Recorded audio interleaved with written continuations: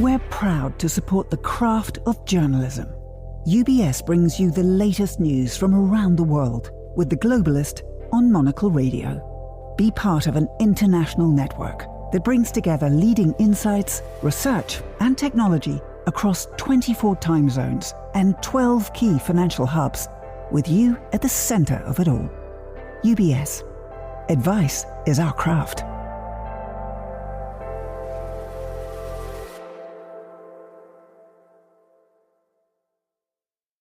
You're listening to The Globalist, first broadcast on the 17th of September 2025 on Monocle Radio. The Globalist, in association with UBS.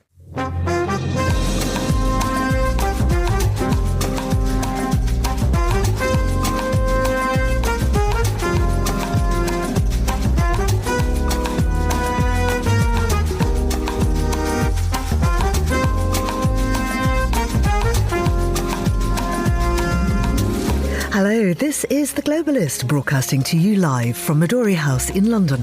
I'm Georgina Godwin. On the show ahead... My relationship is very good with the UK, and Charles, as you know, who's now king, is my friend. And it's the first time this has ever happened where somebody was honoured twice, so it's a great honour. US President Donald Trump arrived in Britain last night for an unprecedented second state visit. We'll ask what effect this will have on the special relationship. The IDF has begun a huge ground incursion into Gaza City as the UN says Israel is committing genocide. In fashion news, designers seem willing to take risks once more. We'll explore some new brands being launched. The race to become leader of Japan's Liberal Democratic Party is hotting up. We'll get the latest from Tokyo, and there are elections too in Malawi. So we'll be in Lilongwe to see who looks likely to head the economically eviscerated Southern African nation. Plus, it's a place where you can change, meditate. Yes, if there is a place to visit in Brazil, for sure, people need to go to Lençóis. We'll suggest the next go-to destination. It's one of Brazil's best-kept secrets. And we'll have a roundup of television news too. That's all ahead here on The Globalist, live from London.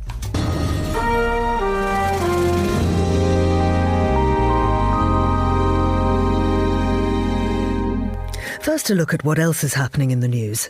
The US administration's first weapons aid packages for Ukraine have been approved and could ship soon as Washington resumes sending arms to Kyiv. Utah prosecutors say they will seek the death penalty for the accused assassin of conservative activist Charlie Kirk. And Hollywood actor, director and producer Robert Redford has died at the age of 89. Do stay tuned to Monocle Radio throughout the day for more on those stories. Now, Donald Trump arrived in Britain for his second state visit last night. The trip has already produced headlines, from the arrests over a projection of him with Jeffrey Epstein on the walls of Windsor Castle, where he'll be staying with the King and Queen, to the heightened security presence. It's a rare honour for a US president to be invited twice, but this trip comes with political risk. Britain wants to show the special relationship still carries weight, while Trump wants, well, nobody quite knows. I'm joined now by Robin Lustig, who's a journalist and broadcaster, former presenter of The World Tonight on BBC Radio 4, and by Tom Rivers, former ABC Radio London correspondent. Welcome to you both. Robin, how unusual is it for a US president, or indeed any president, to be given a second state visit? And what does it tell us about the priorities of both governments? Well, in answer to your first question, Georgina, this is the first time that a US president has been invited for two state visits to the UK. But it isn't, as President Trump has claimed, the first time anybody has been invited twice. Two Scandinavian monarchs in the past have had two state visits, Queen Margrethe of Denmark and King Olaf of Norway. Nevertheless, it is a very rare honour, as you say. It's important, I think, to recall why the invitation was issued in the first place. When Donald Trump was re-elected in November of last year, the British government was very anxious to find any way at all that it could ingratiate itself with him. After all, we had just had a general election here, which had resulted in a huge parliamentary majority for a Labour government, a centre-left government, very much of a different political persuasion from Mr. Trump. So what could the UK offer Mr. Trump that would make him feel good about the UK? Answer: a royal visit. Everybody knows he is very keen on the royal family. He's very keen on gold and glitter and bling, and we've got plenty of that, particularly at Windsor Castle. That's where he's going to be spending the day today, and he's going to have a wonderful time. Tom, what do you think that Trump wants out of this? Well, the hint was really standing outside of the White House before he boarded Marine One yesterday. On his way to Andrews, he said, look, this is all about really Windsor. And Robin is absolutely right. He loves the pomp, the ceremony. You guys are probably going to like this, but this is not a radio story. This is a TV story. It is all about the optics. It is all about the ceremony. This is a made-for-American breakfast television, if you will, trip. On the back of that, yes, there are some political implications. There could be talk of things like the Chagos Islands, behind the scenes, okay? Talking about that, the fact that the UK and some other European states may soon be recognizing Palestinian lands that is out of step with Trump. Freedom of speech may come out, but in the public domain, it's going to be positive, small, incremental steps, maybe some talk about increasing, if you will, business dealings on the technical side, the possibility of maybe having joint efforts in the field of nuclear power. As we all know, though, even if those things are signed, both of these guys are going to be in the rear tail light mirrors. Those things take many, many years, maybe a decade to come to the fore. Ukraine as well might be talked about behind closed doors. But the big focus is today, everything royal. The politics, wait a day. That is for Thursday. Robin, Tom is talking about this as a made-for-television event. And in fact, we've already seen some visuals which were very arresting, which was an image of Trump alongside Jeffrey Epstein projected onto the walls of Windsor Castle. I wonder what form the British opposition, public opposition to the visitors take. I mean, we know 4 people have been arrested for that so far, but are we expecting more? And will that disrupt the whole wonderful televisual aspect of this visit that Trump so desperately wants? It's important, I think, to remember that Mr. Trump is extremely unpopular in the UK. I saw an opinion poll just the other day which suggested that 80% of British voters have an unfavourable opinion of him. So, yes, there are going to be protests, particularly in Windsor, where he is spending the day today, but they will be kept well away from where he is going to be. I mean, Mr. Trump is going to be very well protected on this visit. He's spending one day at Windsor Castle, inside the walls where nobody's going to be able to get near him. And then tomorrow he'll be at Chequers, which is the British Prime Minister's country residence, a bit like Camp David in the United States. And again, the protesters will be kept well away. But there is a lot of opposition, public opposition. And I think there will be a potential embarrassment tomorrow, Thursday, when there will be a joint press conference with Mr. Trump and Keir Starmer, the British Prime Minister, and all questions will be, they can be asked. The press will not hold back. And the focus, I'm afraid, much to Mr. Trump's displeasure, will be on his relationship with Jeffrey Epstein. The focus, much to Keir Starmer's displeasure, will be on the sacking of the British ambassador to Washington, Peter Mandelson, because of his relationship with Jeffrey Epstein. Both of these men would rather have anything else in focus rather than that, but that's where the press's interest is going to lie. I mean, Tom, obviously they're going to, particularly Starmer, wanting to steer this onto the huge tech deals that are reportedly going to be signed with Microsoft and Google, billions of dollars of investment coming into Britain. But I wonder if those big tech companies agree with Trump's public comments that UK tech regulations threaten free speech. Oh, very much so. We've seen telegraph kind of the attitude of the administration through remarks made by J.D. Vance covering this, 6 years ago? Yes, the floating balloon of Trump. That's all water off the back of Trump. This is all about what Starmer can possibly get out of the equation. And, of course, you're looking at a prime minister with the most unpopular numbers in recent years, many, many decades. So he has something that he has to fight for. Trump is not really fighting for anything politically in this particular trip.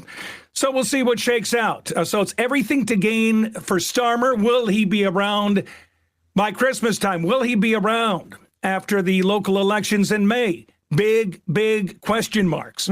So in that regard, if you want to put it in the parlance of Trump, Trump holds by far the best cards going into this political meeting tomorrow at Chequers. So, Robin, I mean, what are the reputational and political risks for the UK government, and particularly for Starmer, as we've discussed, very much on thin ice at the moment? Yes, I think Tom raises a very important point. One of the things that most impressed Mr. Trump about Keir Starmer when they first met was that Starmer had won this huge election victory. And as we know, Mr. Trump likes nothing more than somebody whom he regards as a winner. Now, he is well aware that Keir Starmer is in very serious political trouble now. He has met with the main right-wing challenger, this new upstart party, Reform UK, and its leader, Nigel Farage. J.D. Vance, the vice president, is very close to some of the people in that party. So I wouldn't be at all surprised if Mr. Trump has been asking his officials on the way over here, just how important is this guy anymore? Is he still a winner? Or is he, as Tom suggests, perhaps not going to be around that much longer? Is he in fact a loser? And everybody knows Mr. Trump does not have any time at all for people he regards as losers. So it's not going to be quite as much of a love fest as some of the previous meetings between these two men have been, if Mr. Trump has been persuaded that Keir Starmer is on the slide. And finally, Tom, I wonder how you see this visit shaping perceptions of Trump in Britain and of Britain in the US. Will this enhance the special relationship? I think it will, but again, going back to the years, I was, had the pleasure of covering Reagan and Thatcher during Reagan's second term all the way to the present. Sometimes Washington and London are on the same page, and it is, in fact, a love fest. Sometimes they're on different pages, but guess what? The special relationship carries on regardless. Why? For defense reasons, for finance reasons, cultural reasons, fill in the blank reasons. So, yes, that will always carry on ad infinitum. And again, we're in interesting political times, very much so this time because there's a big question mark over Starmer. But again, as I think it's on the back of this, I think Trump will be talking about Windsor for years to come, talking about a press conference the day after, probably not so much, but we'll see how that plays out. What kind of stinging questions may come to the fore. Tom Rivers and Robin Lustig, thank you very much indeed. This is The Globalist.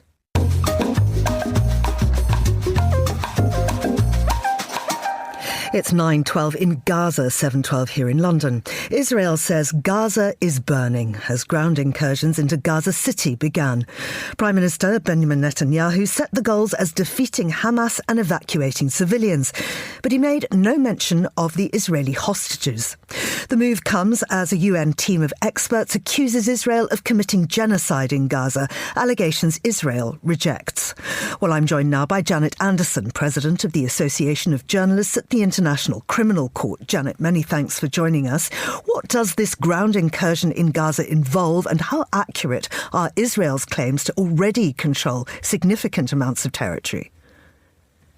Well, without international journalists being allowed into Gaza, we're relying on kind of reports that we can get of what's going on in the scene. What it looks like is quite a massive attack on Gaza City. What we understand is that they're trying to say that they're trying to wipe out what is left of Hamas fighters there. There are some specific details that I've read about the different kinds of weaponry that they're using, but what I'm also hearing from a civilian population who is out of there is they're looking and seeing again homes, residential areas all being massively destroyed in this attack. Netanyahu has not said anything about the hostages. I wonder how that's being interpreted alongside the remarks by Donald Trump saying that Hamas would be in big trouble if they used hostages as human shields.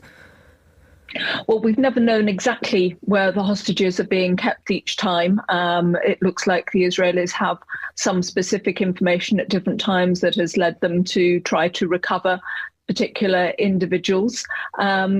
It could be that the Israelis are just concealing what they know again, and that they will in fact manage to rescue I think it's just tens of people who are left now. What we have seen is a demonstration by the family of hostages outside the Prime Minister's residence again in Jerusalem.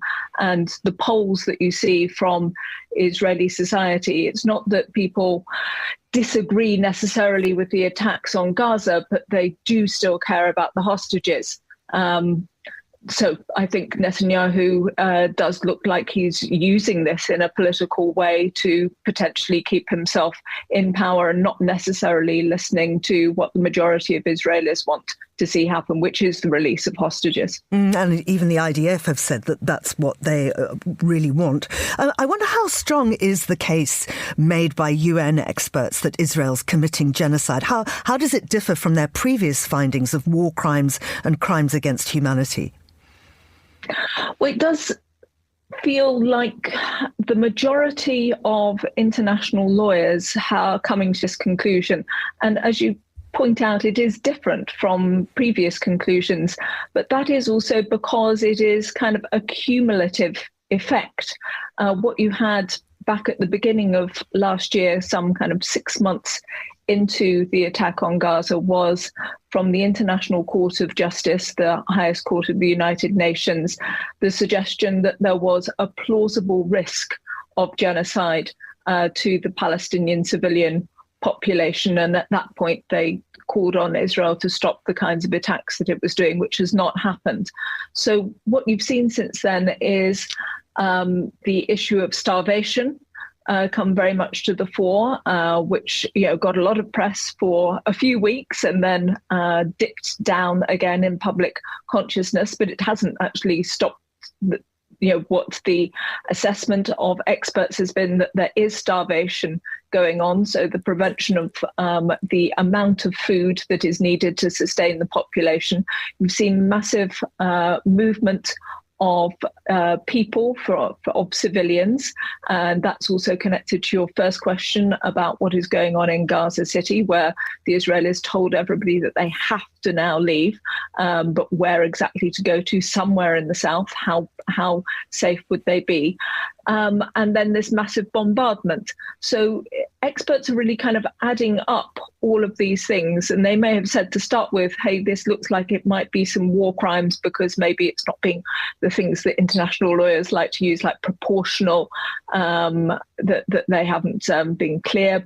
And then they say, well, it's targeting a lot of people. So then you start talking about crimes against humanity. But genocide is really special, unfortunately. I mean, it takes an enormous amount of evidence to support it. And you have to support this idea that it is intended, that there is an intended destruction. And what the experts are now saying is if you take the public statements of Israeli officials, that's how you can actually prove intent in the end. And now that it's proven, now that the UN has made this announcement, to what end? How can this be used to end it?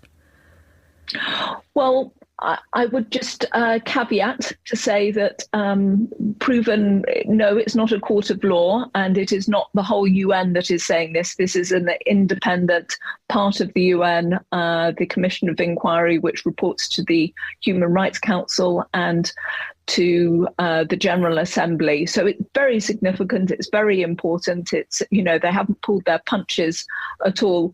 But, yeah, your question's entirely right. Now what? What does anybody do? Every country that has signed up to the Genocide Convention, which is, most countries in the world, including Israel, including the United States, including the UK, has a duty to prevent genocide, has a duty not to support genocide. So what does that mean? Does that mean sanctioning Israel in some form if they accept the details of this report? We've had a statement via Parliament from the Foreign Office to say that they do not consider it a genocide, and they would always wait until an international court has made that ruling. And that, in my world, in The Hague, is several years down the line until the International Court of Justice actually hears the details on the merits of the case for and against whether Israel is committing genocide, as argued by South Africa against Israel. So it's a long time away before we will get an international court making that ruling. Janet, thank you. That's Janet Anderson there. Now, still to come on the programme. It looks like fashion designers are ready to take risks again and start new brands. Within the last week, there were 3 consecutive announcements of creatives venturing into new businesses. Monocle's fashion director, Natalie Teodosi, will tell us more on the new moves happening in the world of fashion. This is The Globalist. Craft is its own reward, which is why at UBS, we're honoured to work alongside over 50 of today's leading Nobel laureates, each an expert in the art of economic science, bringing you engaging discussions, actionable insights, and inspired solutions, all focused around the questions that shape our world today. For a better outlook, find a Nobel perspective. UBS. Banking is our craft.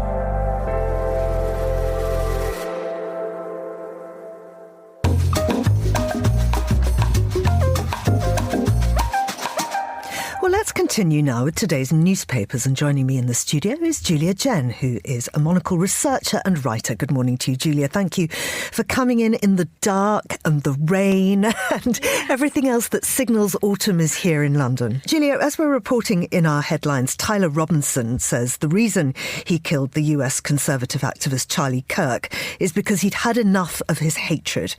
So Kirk famously took on all comers, debating hot issues in front of mass audiences for viral hits. Now, this has prompted a think piece in the New York Times by Bret Stephens on the vanishing culture of argument. Tell us more. Yes, absolutely. So this is a think piece, yes, as you said, from Bret Stephens, and he's drawing on the example of his university that he went to, the University of Chicago, which in America and really around the world is held up as this model for free expression. So you've got plenty of statements and reports throughout history, throughout its operating years, really supporting the idea that you have to, and as Bret Stephens writes here, you have to engage with an argument. You have to read it, become close and sympathetic to it. And he argues that this is really part of Western civilization. So he gives the example of Abraham bargaining with God to protect Sodom, to not allow Sodom to be destroyed, Socrates wandering around Athens picking up people from the crowd to debate with. And so he talks about how we perhaps have lost, well, in fact, he says definitely, we've lost that ability to actually contend with someone. And he says, Charlie Kirk wasn't perfect at this because, as you talked about, the kind of viral hits, and it's sort of for entertainment almost rather than for the pure joy of debating. But he says that that's something that we've lost, specifically in America. And ominously, he ends the piece with, that's when gunshots will ring out. But the reason I picked it was because I was thinking about my education, reading ancient Greek texts and going into Renaissance English texts, and how people really taught how to argue. And I was thinking, was I taught to argue at school? I don't know. But I mean, I suppose the wider point here is that that art, as well as dying, is we've become such a divisive world that it's just about not listening to somebody else's point of view. It's about killing them. Yeah, absolutely. It's a very dangerous precedent that this has created. And it's also something he talks about where identity wipes out argument. So something that someone might hold within them, a viewpoint they will hold within them, that wipes out any other possibilities of any other views that someone else might hold. So we find that a very dangerous moment, as you were talking about what Tyler Robinson said, I can't listen to his hatred anymore. So that means that he must therefore stop existing. So that's what Bret Stephens' think piece is really bringing into question. How do we actually engage with each other? How do we actually talk to each other? Yes. We're going to see an example of that, I hope, in this state visit to see how these leaders speak to each other. Very much looking forward to that press conference which is coming up between Donald Trump and Keir Starmer, and I think that there'll be a lot more think pieces along those lines when we see what comes out of that. Now let's go to Poland, because of course, as we know, there was a Russian drone attack on Poland, and now this is affecting the property market there, because Poles are selling up and they're buying elsewhere. Where are they buying? So the number one kind of luxury location that they want to go to is Spain. Spain is that's the ultimate aim, because it's very far away, they say, from anything that's going on in Central or Eastern Europe. They provide examples in the article about how, that World War II stopped at the Pyrenees. So somehow there's this kind of hope that will, happen again. But also Bulgaria. Bulgaria is where if you have a little bit less money, so under 100,000 euros to spend, that's where you'll go for that. Now, why I found this interesting was because so this is a reporter, she went to a property market fair in Krakow, and she was talking to different people. Lots of people were saying, well, let's not spread panic. That's not why we're here to buy sort of property abroad because of the war. But then other people were being quite honest and saying, well, I need an address for my son. I need him to be registered somewhere else so that in case there's some conscription here in Poland, I need him to be able to quickly get across the border and flee. What's interesting about that is that we've seen that in Ukraine, mothers and fathers going to extreme lengths to be able to protect their sons from conscription, and really, buying them basically a life abroad, sending them to university abroad when they're still under that cut-off age when you have to be conscripted into the army. So that's kind of buying this ideal life abroad. But what also this really shows, I think, is actually what's happening in the property market in Poland. Poles have so much money to spend, and they actually were writing about how, prices in Spain and Poland are very much on par, if not higher, in Poland itself. So actually the spending power that Poles have abroad is very high. They were actually in the ninth largest kind of proportion of buyers in Spain, foreign buyers in Spain of property. And there was a 35% leap from the year before. So that's in 2024. So there's a really big kind of Polish move. We can see from the GDP, it's got very strong GDP growth in Poland, over 3%, which is very rare now in the Eurozone. So that's why that article really piqued my interest, because it really shows, how dynamic the Polish market is. And actually it's lots of investment going from Europe into Poland itself, into the property market. There are lots of developers buying up plots of land, building very nice developments, really. If you walk around kind of the suburbs of Warsaw, you'll see very beautiful things going on there. Something Trump would probably be quite interested in. And we can see the rent-to-buy market really growing there in Poland as well. But going back to what we were talking about, it being such a divisive world, one of the key issues is immigration and how people are reacting to that. And I wonder how Spain feels about an influx of new Polish residents. Yeah, I know. It's quite interesting. I guess we've got this kind of moving of population. So we have Spanish people in Britain. There's that resentment there potentially, and then Poles also going to Britain, and now we have this other exchange. Definitely, and I think there's a culture shock as well between the very west of Europe and the east bit of Europe. And I think that's also something Poles are very conscious about as well, because they're very protective over their borders, and we know they closed them actually, in fact, to immigrants, and we know that they're carrying out border checks between Lithuania and Germany still to this day, which is unprecedented really in the Eurozone, and something Spain has never done, that other countries haven't really done. And they're very protective over the kind of basically ethnic makeup of their country.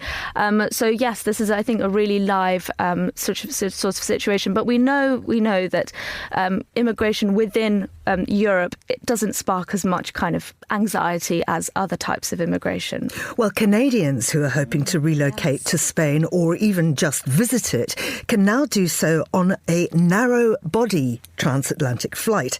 So tell us about this. Yes, so this is Air Canada buying up the A321 Airbus narrow body. This is a very, very popular type of model of plane to use for narrow body long-haul flights. And so they're buying up this kind of batch of these models, and they'll arrive into their fleet in early 2026. And then in the summer, next summer, they're going to start this long-haul flight from Montreal to Palma de Mallorca. They'll also use the A321 for other routes, so that's Montreal to Toulouse or Montreal to Edinburgh. Those are also already routes that they operate, but they're going to use that A321 model for those routes specifically. And this is really part of a growing trend. So you want to take less passengers further. There might not be as much interest, but the interest that's there is definitely worth exploring. So the A321 is a really great narrow body for that, and actually it operates 6 out of the top 10 kind of longest range, long-range flights around the world in 2025. So it's a great aircraft for doing that, fuel efficient. You give more comfort, I guess, to people. And actually in the business class section of that Palma de Mallorca route, they're going to have sort of a lie-down flat option. So you'll have that kind of long-haul comfort, but kind of just with less people around you. I don't know about you, but I don't really like being on a plane. We've got tons and tons of people around me. It's much more relaxing to be in that single aisle. Yeah, that 2-2 configuration is just great. Julia, thank you very much indeed. That's Julia Jen there. And you're with The Globalist on Monocle Radio.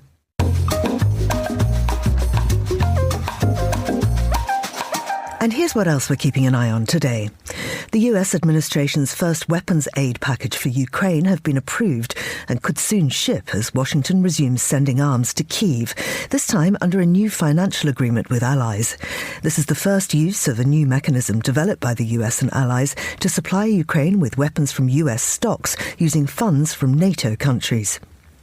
Utah prosecutors say they will seek the death penalty for the accused assassin of conservative activist Charlie Kirk and revealed new details of their case, including text messages in which he was alleged to have privately confessed to the fatal shooting. Transcripts say that Tyler Robinson, 22, told his roommate and romantic partner that he committed the act because he'd had enough of Kirk's hatred. And actor, director and producer Robert Redford, who was both the quintessential handsome Hollywood leading man and an influential supporter of independent films through his Sundance Institute, died on Tuesday at the age of 89. Redford passed away at his home in Sundance in the mountains of Utah, surrounded by his loved ones. This is The Globalist. Stay tuned.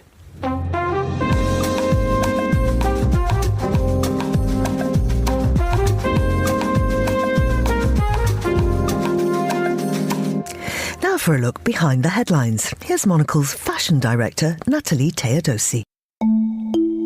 It looks like fashion designers are ready to take risks again and start new brands. Within the last week, there were 3 consecutive announcements of creatives venturing into new businesses. Olivier Teyskens, the Belgian designer whose collections for Nina Ricci, Roches, and his now defunct eponymous label are still a point of reference in fashion, will debut Boloria in 2026 alongside the Belgian group We Are One. New York-based Peter Du has also introduced a new label, PD168, rooted in the concept of the personal uniform.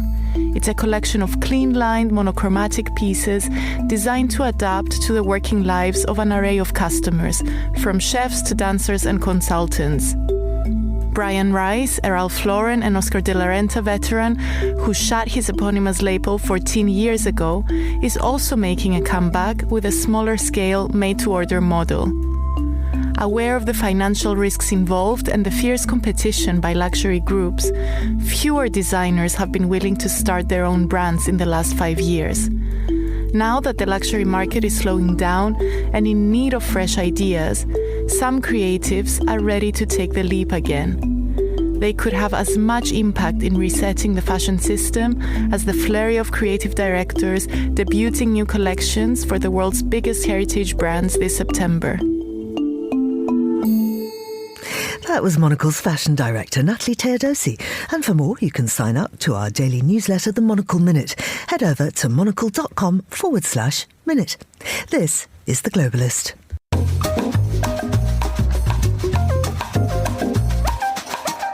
It is 15:33 in Tokyo, 8:33 in Zurich.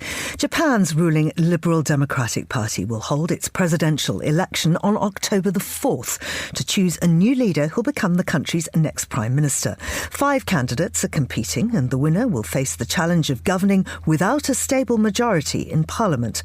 Well, I'm joined now from Tokyo by Jeffrey J. Hall, who's a lecturer at Japan's Kanda University of International Studies. Jeffrey, welcome to the programme. I wonder if you could briefly explain this LDP presidential election. How important is this for Japanese politics? Well, it's very important, and thank you for having me on to talk about this. This is a chance for the LDP to turn a new page and try to reverse its decline after losing 2 elections in a row. So whoever wins this election will become Japan's next prime minister and will be facing this crisis of having a minority government and trying to cooperate with other parties to get legislation passed. And who do you think will win? Well, right now, among the 5 candidates who have announced that they will be running, most people see it as a race between 2 of them. One is Shinjiro Koizumi, the son of a popular prime minister, and the other is Sanae Takaichi, who would become Japan's first female prime minister, and she represents a very conservative wing of the party. She might be considered sort of like a Japanese Thatcher, but it will probably come down to these 2 candidates unless there is some kind of gaffe or mistake made during the campaign that causes one of their campaigns to falter. We understand that factions are very important within the LDP. How are they influencing this leadership race? Well, the LDP has always been a very big tent conservative party, so there are groups of lawmakers who are loyal to certain important politicians like former prime ministers, and these former prime ministers will try to use their clout to convince younger lawmakers to back the candidate of their choosing. But what it will really seem to come down to is whether or not the people within the parliament who are LDP members, whether they think they can gain some advantage by backing a certain politician. So maybe they can get a cabinet post or a vice minister post or some other form of help. And that is probably going to be the most important factor in who they choose. That and whether or not they consider themselves a hardline conservative or a center-right conservative. And with the instability of the coalition government as it is right now, do you think that the election of a new leader will resolve that? I mean, as you pointed out, the LDP have lost their majority. What kind of difficulties will the next administration face, regardless of who's in charge? Well, if a center-right LDP politician becomes the next leader of the party, they can cooperate with 2 different center-right opposition parties to get legislation and budgets passed, so that could be relatively stable.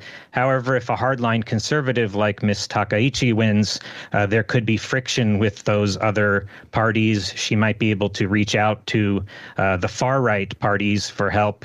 And so this will be a very interesting dynamic depending on which wing of the LDP succeeds in the election. And depending on that result, how might it change relationships with the US, with China and with South Korea?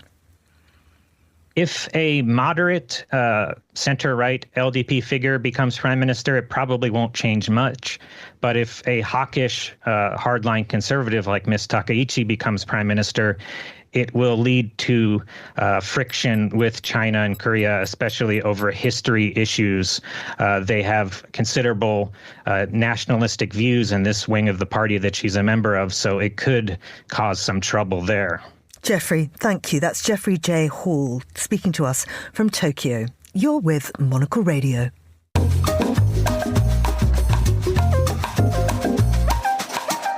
It's just coming up to 8:38 in Lilongwe, and that's 8:38 in Zurich. Malawi went to the polls yesterday in a high-stakes election that could deliver either continuity under President Lazarus Chakwera or a dramatic comeback for former leader Peter Mutharika. With results expected within the coming days, Malawians are voting against a backdrop of runaway inflation, fuel shortages and the devastation of drought and cyclones. The outcome will be closely watched not only at home but also by neighbours and international lenders looking for stability. Well, I'm joined now by Zoe McCarthy, who's a country risk analyst at Signal Risk based in Cape Town. Zoe, good morning to you. I wonder how the voting day itself unfolded. Was it orderly? And how engaged did the public seem despite all of this backdrop of economic hardship? Good morning. Yes, so voting day has been a bit of a mix. So far, we've seen that voter turnout has been not incredibly high. A couple hours before the end of polls last night, the MEC did say that approximately half of the voters who had registered had turned out to vote. So we are expecting to see a bit of a low voter turnout on this occasion. And then in terms of how the voting progressed, there have been mixed reports of this. Some reports have said that things have gone smoothly. However, there have been a few divergent issues that have emerged. Firstly, some polling stations didn't manage to start voting at the correct time. So this resulted in a bit of a late vote. And then in other polling stations, opposition parties have claimed that the vote was marred by some irregularities, specifically that ballots that had been pre-marked had shown up, and these ballots had been pre-marked in favor of the incumbent president, Lazarus Chakwera.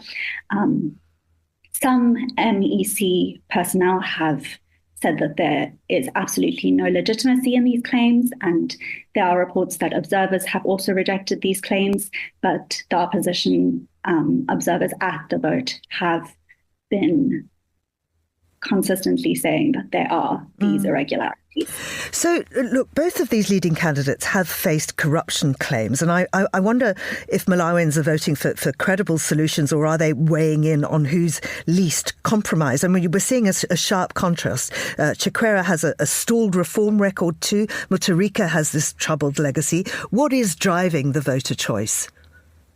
Yes, absolutely. I think you will find that there is some recency bias in this. The public sentiment has turned against Chakwera recently, specifically due to economic hardships during his tenure and also his inability to effectively address corruption issues which had emerged during the tenures of previous governments, specifically Mutharika. Chakwera had run his previous campaign on a strong push for anti-corruption efforts and anti-graft and addressing these things that he had said were very present during Mutharika's previous tenure. And as a result, the population had been expecting more progress than had actually emerged. So we are going to see the public coming to the ballots and balancing concerns over corruption in the past with current economic concerns, which are impacting them daily. And I wonder how much repeated natural disasters, from Cyclone Freddy to last year's drought, have shifted the debate onto climate resilience and food security.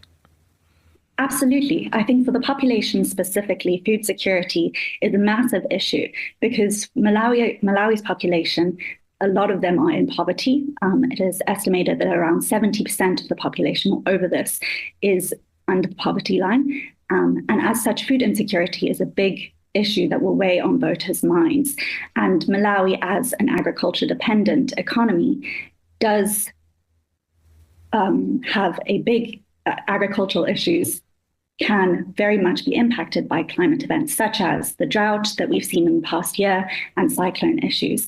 And this has decreased food security. It's also impacted the country's exports and impacted their fiscal position as a result. And that's prevented the government from effectively being able to import goods such as fuel and necessary food items that it doesn't produce itself. So this is a big, big issue for voters. Zoe, thank you very much indeed. That's Zoe McCarthy, who's a country risk analyst at Signal Risk in Cape Town. This is The Globalist on Monocle Radio. With UBS, you have a truly global partner. incorporating new technologies, innovative approaches, and unexpected opportunities, leading you to insights that help answer the questions that matter, delivered with passion, care, and unmatched expertise. Because it's about rising with the dawn each day, knowing that we can do even better. That's what banking is to us. Not just work, but a craft. UBS. Banking is our craft.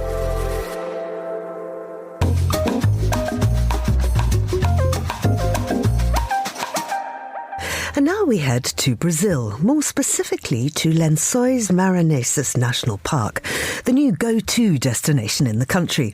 A man that was there from the beginning of the tourism boom is the hotelier Pierre Bident Moldeva, who's owner of Chez Georges Hotel in Rio and also La Ferme de Georges in Athens, close to the national park, that's attracting more attention than ever. To discuss Brazilian hospitality and more, Pierre spoke to Monocle Radio's Fernando Augusto Pacheco. Fernando started by asking him which of the two hotels came first. I'm a kite surfer, so first I wanted to be close on the beach. So start by Athens, Lençóis. But it's being there, it's a paradise, but living there for a long time could be difficult because you are far away from everything. So I wanted to mix and to balance with a place in a city. And so for sure, we decided to come to Rio. So first it was Athens and then Rio. And one thing about Athens, I mean, the place is magical. The Lençóis Maranhenses is magical. And it's becoming very popular. It is booming. But you are one of the first, actually, to have a very beautiful property there. Sometimes not so easy to reach, but that's what makes it special as well. So you had your eye on it before, because now, you know, it's in the papers and a lot of people, there are a lot of visitors coming from Brazil and abroad. But you were there before. Yes, at the very beginning, we were almost alone. I mean, with the people from the village, but I was even nude on the beach. I mean, I was with my dogs. We are without electricity, without bad water. So it was really rude at the very beginning. We were alone in the middle of nowhere with the dunes, with the lagoon. I mean, it was just incredible. But finally, I started to exchange a lot with French TV, with newspaper, even in New York, and so it changed a lot. So it's still magic, but for sure it was already at the very beginning. It was really unique. I mean, being in a paradise alone was just incredible. But inside the property, things remain very peaceful and cool. Around, you know, we can get very busy, but I think La Ferme de Georges is one thing so beautiful about it. It feels very connected to the place. It doesn't just look like a luxury hotel that it's built out of nowhere, if you know what I mean, right? Yes, we try to keep something really unique. I mean, with our own garden, with the same team since the very beginning. We have something quite simple. So we try to have something simple and chic.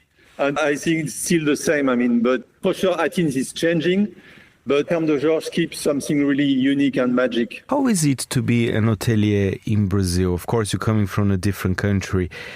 I know there are challenges for sure, but I think perhaps your passion for Brazil is bigger than any of those challenges. But was it, I presume it was not so easy perhaps in the beginning?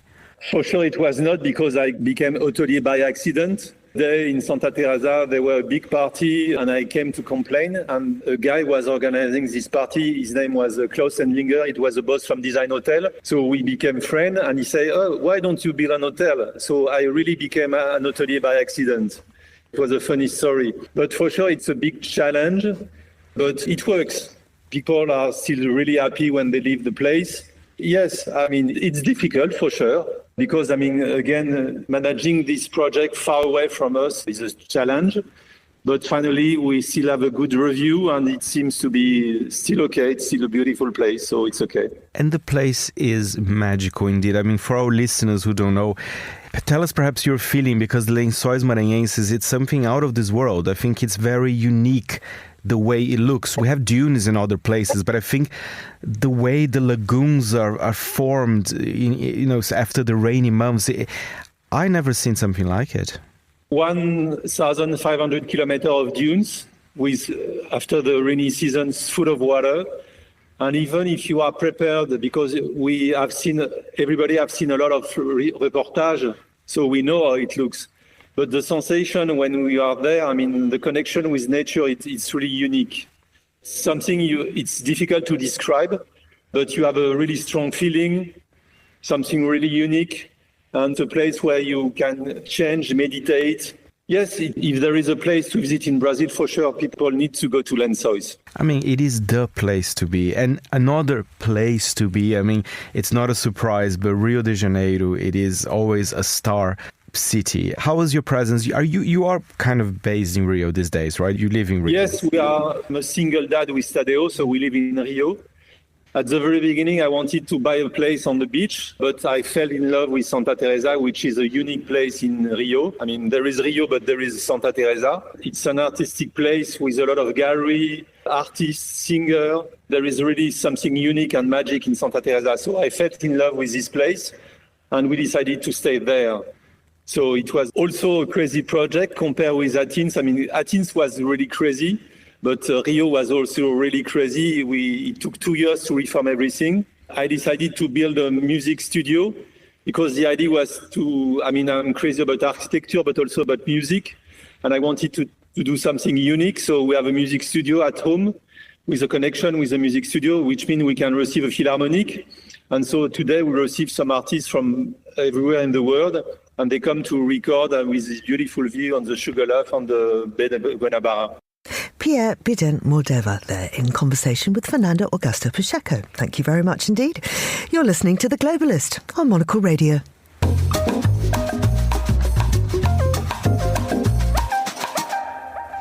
And finally today, it's time for the latest from the world of television. I'm joined now by Scott Bryan, who is TV critic and media contributor for Monocle, The Guardian and The New York Times. Good morning to you, Scott. Morning. I understand that you're in Spain. I am. I'm just here for a few days, and it's sort of now coincidentally one of the shows. One of the news stories I'm actually talking about today is actually from Spain, but that is mere coincidence, I assure you. Well, tell us about this story. So, I mean, it's about Eurovision, of course, because Eurovision Song Contest, they're starting to lay out the plans for next year. But you might have seen headlines all throughout for next few days about countries unwilling to participate, and Spain is one of them. And that is because of the inclusion of Israel. Now, it might sort of pique some interest to say, well, why is Israel taking part in this competition in the first place? Well, it's primarily because it is down to the European Broadcasting Union, which is a union of broadcasters which are primarily within Europe, but have been can reach throughout the world too. And of course, Eurovision does include Australia, but with the reports over the course of the last few weeks in regards to the UN, but also just because of Israel's inclusion in Eurovision over the course of the last 2 years, now countries are being vocal, stating that they won't participate in next year's contest. That started with the Netherlands, Slovenia, last week. But now, yesterday, Spain's broadcaster RTVE stated that they won't be participating in next year's Eurovision if Israel is included. And that's quite significant, I think, just because Spain is one of the big five. They are one of the big five countries that contribute the most to the contest. And Eurovision, despite having an audience of about 180 million, really does need these countries to have their backing, because it does actually cost quite a lot of money to put on. I mean, this is not the first time it's happened, is it? Because Russia was banned from the contest after its invasion of Ukraine. Yes, but I would say to that the reasons, according to the EBU, why Russia were not allowed to participate was because the broadcaster based in Russia had been seen to sort of fail quite a few of its rules in regards to the country being a public service broadcaster.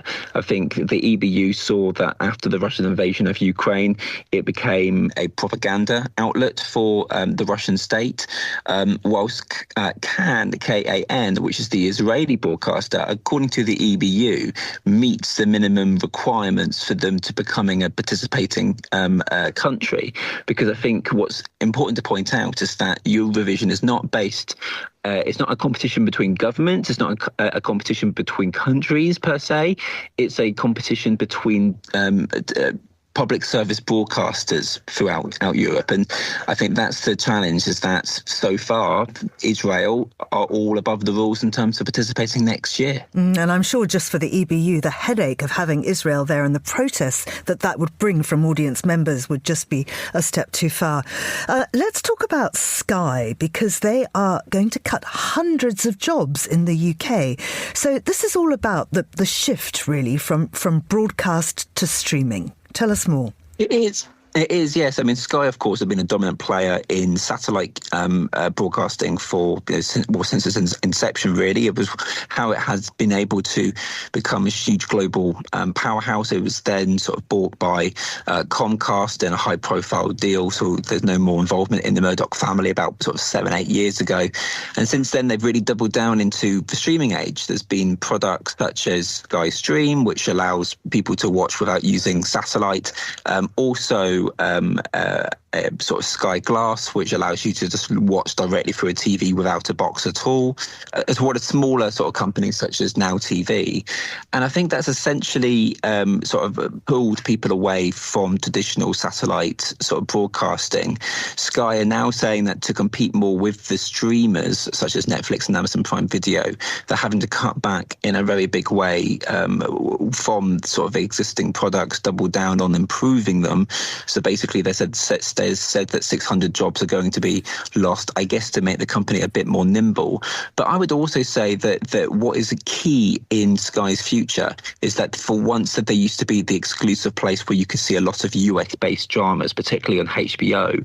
But that contract's coming to an end. This contract with Warner Brothers Discovery, who are now planning on launching their own UK-based streamer. So I think Sky's got to double down maybe on its own unique programming to kind of maybe highlight the fact that they are the one-stop shop, because otherwise they could just lose people to rival competitors. And is it mostly within the tech side of the business that those jobs are being lost?